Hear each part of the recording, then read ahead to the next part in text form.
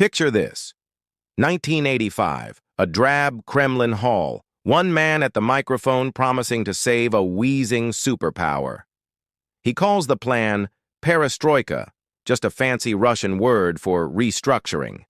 But within 6 years, the patient flatlines, the OR becomes a courtroom, and the surgeon gets blamed for murder.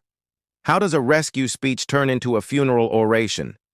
Stick around and we'll rewind every line that rattled the Kremlin, every comma that cracked the wall, every pause that opened a market that never quite opened.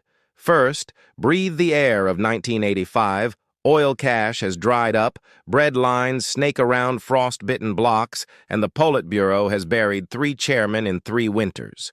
They pick Gorbachev because he's the youngest. Translation: he can still lift the lid without spilling the pot. Big mistake. In March, he gives a closed-door briefing that's basically the beta version of Perestroika. No cameras, no applause signs, just a room full of apparatchiks who've outlived every purge since Stalin.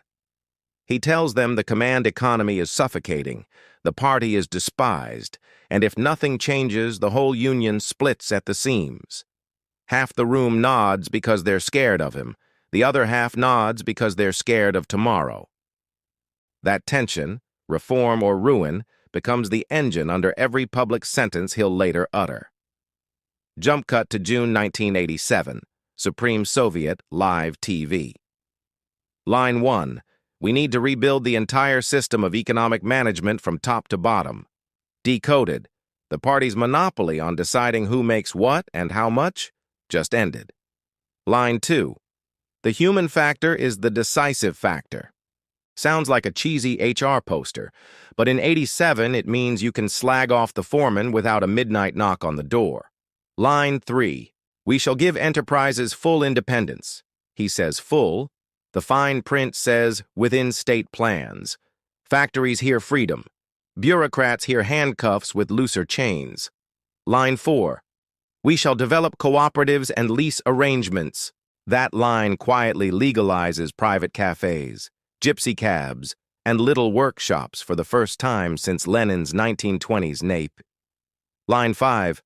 Glasnost, openness, is inseparable from perestroika. Newspapers run photos of empty shelves next to exposés on party dakas. The public had seen neither in the same article before. Rage rises faster than supply ever could. Each sentence chips a flake off the monopoly that's held 290 million people for 7 decades. Local Soviets now run elections with more than one name on the ballot. Imagine that. Party bosses who've never smiled now have to shake hands and kiss babies who hate them. By 1989, the Congress of People's Deputies debates live on TV. Russians discover their leaders can bicker like teenagers in a cafeteria. The aura of infallible power evaporates in real time. The 15 republics watch Moscow stumble and ask, why are we even in this band? Gorbachev answers with a new union treaty. Think of it as a looser federation. Hardliners scream treason. Nationalists scream too little, too late. Both sides grab guns, and the middle ground disappears faster than toilet paper in a Moscow shop. Theory: loosen prices a bit, let factories sell surplus, watch productivity soar. Reality: plants still buy raw materials at state prices, but can sell finished goods at market prices. Outcome: buy cheap, sell dear, pocket the margin. Overnight millionaires are born without a single ruble invested. Inflation doesn't creep. It pole vaults from 2% in '87 to triple digits by '92. Cooperatives become the first legal escalator from zero to millionaire, so KGB generals buddy up with black market hustlers and call it entrepreneurship. Meanwhile, grandma's pension stays fixed. Survivors of the Leningrad siege now survive by hawking family icons outside metro stops. Gorbachev keeps promising a regulated market, but regulation without enforcement is just a hall monitor in a looted mall. Western couch potatoes see a smiling guy with a port wine birthmark who talks about peace. Eastern Europeans hear a Kremlin boss say each country can choose its own path. In '88, Hungary snips the barbed wire on the Austrian border. By '89, East Germans pour through the gap like water through a broken dam. Tanks never roll. Silence thunders louder than artillery. In the West, we remember the wall tumbling. In Moscow, pensioners remember sausage vanishing. Both happened because the same speech that opened politics also emptied the treasury. Aid to satellite states dries up. Proxy wars from Angola to Nicaragua fizzle, and the superpower quietly folds its global tent.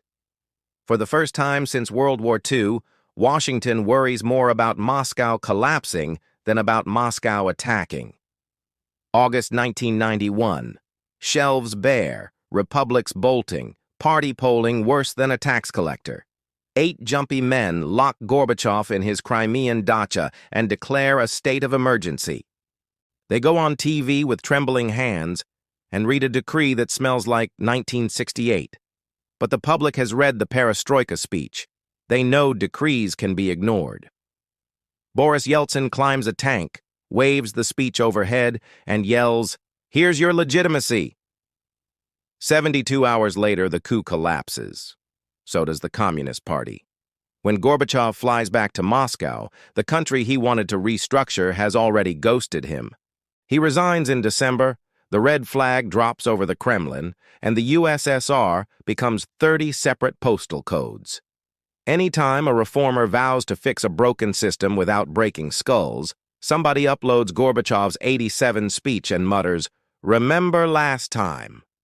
China watched, chose market reform before political opening, and never looked back. Belarus watched, chose the opposite, and still hasn't blinked. Ukraine's 2014 marchers chant, "No new 91," while Russia's 2022 invasion claims it's preventing another 91. The speech is the ghost sipping tea in every post-Soviet negotiation room. It also rewired how we think about power. If one televised address can unmoor a continent, maybe speeches really do trump tanks. If this rewind brought 1987 into HD for you, smash subscribe and tell me below which line from the speech still rings loudest in your city. Up next, how Yeltsin's 1993 tank barrage on Parliament reran the same script with louder explosions. History doesn't repeat, but it sure loves reruns. Gorbachev stepped to the podium and vowed to restructure a superpower so it could finally serve its people. The words were brave, the diagnosis spot on, the dosage fatal. Perestroika didn't murder the Soviet Union out of spite. It did it out of optimism. It trusted that once citizens got a voice, they'd use reason, that once factories got a choice, they'd choose efficiency, that once republics got peace, they'd choose union. Instead, citizens shouted old grudges, factories chased easy profit, and republics filed for divorce.